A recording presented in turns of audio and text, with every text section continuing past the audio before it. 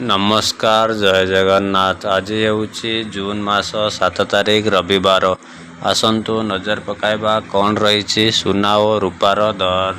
एमितिका सुना और रूपार अपडेट पाइबा पई आम चैनल को सब्सक्राइब करी रखंतु। आसंतु नजर पकाइबा रूपा दर उपरे। रूपा 1 ग्राम पिछा 270 टंका एवं 10 ग्राम पिछा 2700 टंका एवं 100 ग्राम पिछा 27000 टंका रही। एबे नजर पकाइबा सुना दर उपरे। सुना 24 कैरेट 1 ग्राम पिछा 15273 टंका थिबा बेले 24 कैरेट 10 ग्राम पिछा 1,52,730 टंका रही। आसंतु नजर पकाइबा सुना 22 कैरेट दर उपरे।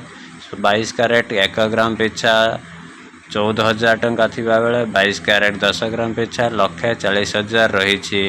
एहीपरि सुना और रूपार भिडियो देखिथिबारु एवं भिडियोटी को शेष पर्यंत देखिथिबारु धन्यवाद।